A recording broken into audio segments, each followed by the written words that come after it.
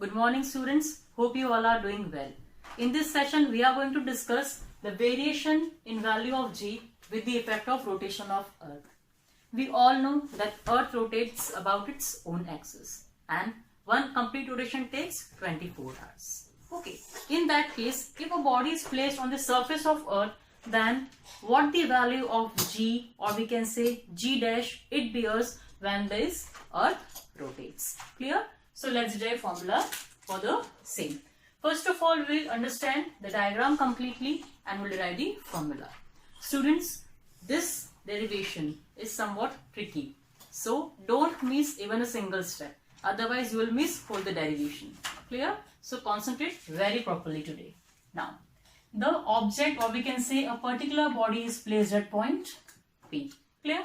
Now, this is Earth with center O, okay, and mass M, and rotating about this axis with angular velocity, say omega. Okay, now it is as moving with angular velocity omega, where it rotates across the poles. This axis passes from poles. This is pole area and this is equator area. We all know this. Okay, now there are certain other terms. When we join this particular point, or we can say the point where body is placed, to center of earth, then certain force which is acting on this body because of the center of earth will be obviously gravitational force, and its value will be mg, acting towards the center of earth. We know that. Now some other forces will also act in this case when the earth rotates. Just see here, when this earth rotates, then this particular body at point P will also move with that rotation, and what type of motion, or we can say what type of path that body at point P will follow. I'll give you an example only. Okay, let's see here. This is earth and this is the body.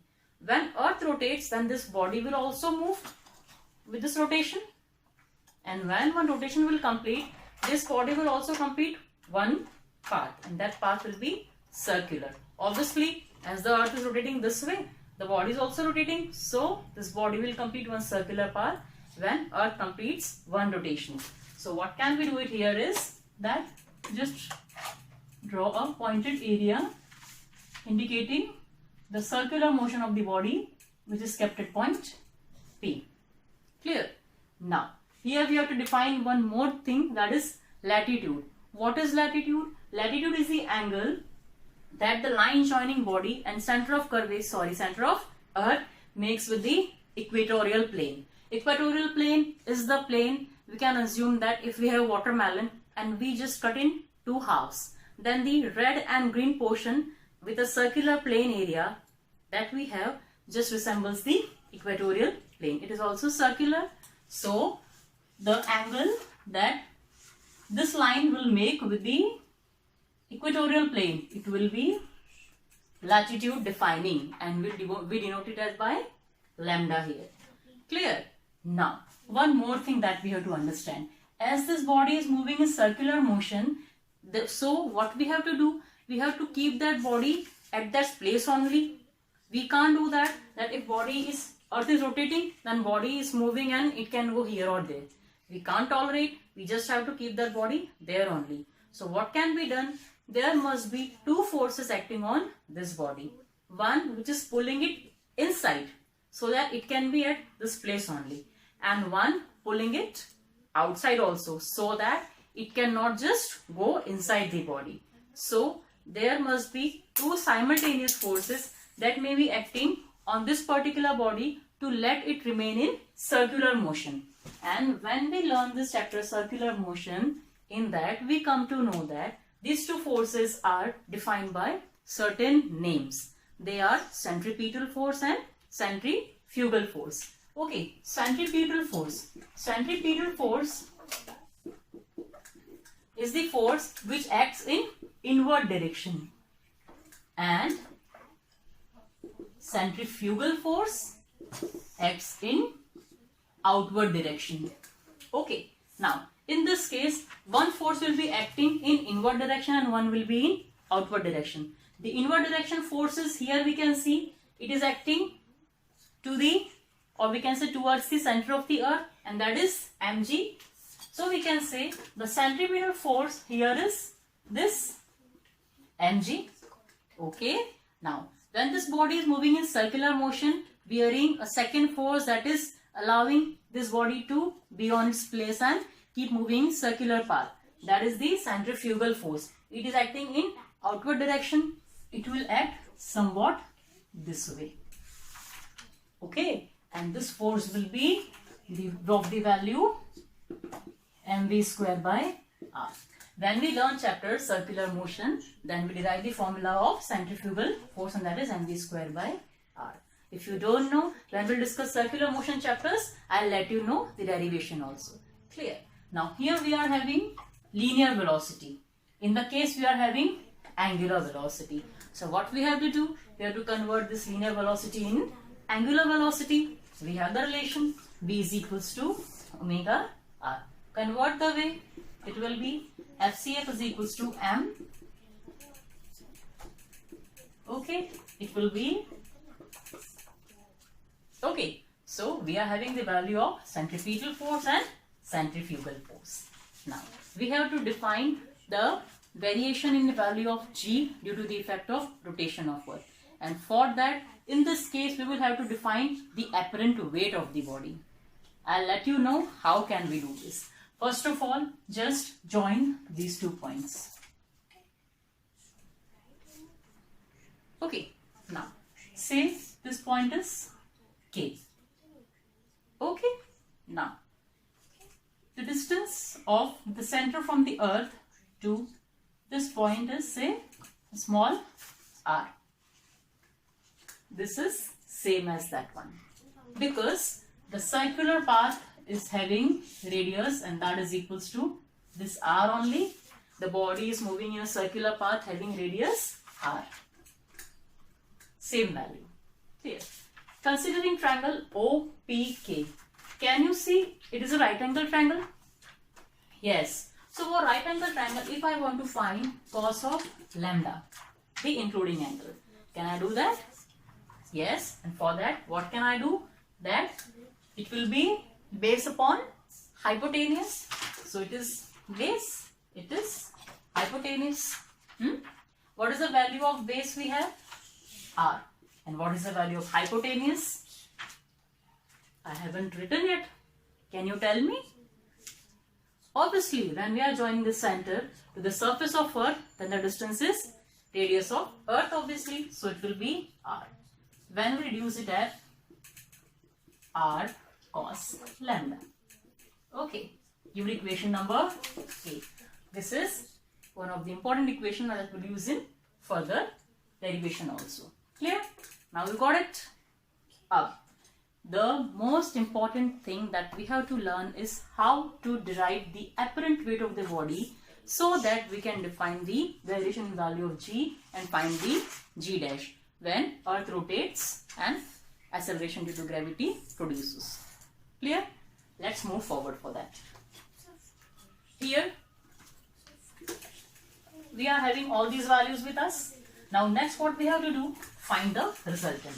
And for finding resultant, I am going to use a certain law, that is parallelogram law of vector addition. You must be learning this particular law in your vectors chapter, but here I am giving you a quick glance for it. Just see it here. If two vectors are acting in such a way that one is acting in, say, this direction, OA vector, another is acting in this direction, say, OB vector.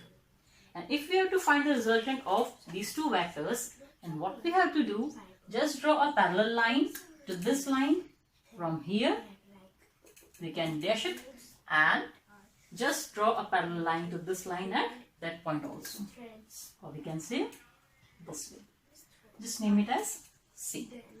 When we draw diagonal to this parallelogram from this point, we actually get resultant of these two vectors. See how can we do this. Okay, this is resultant.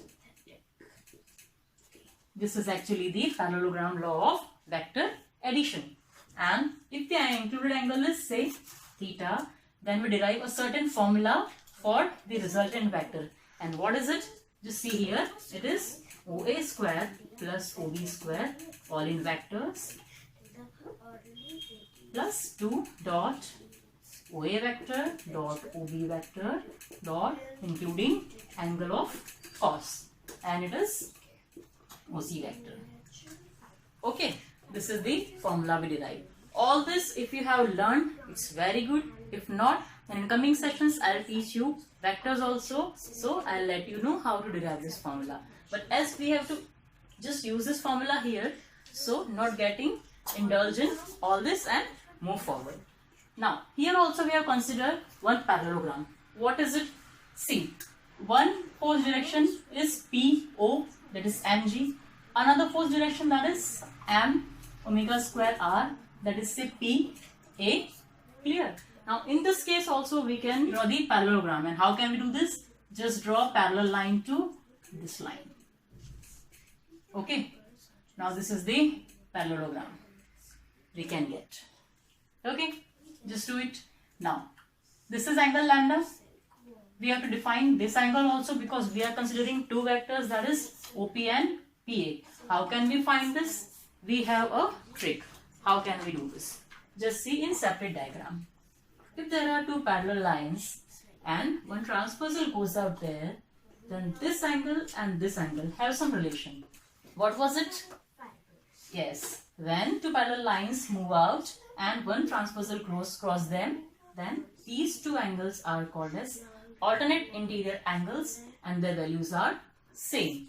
If it has value lambda, and it will be lambda also. So in this diagram also we have it.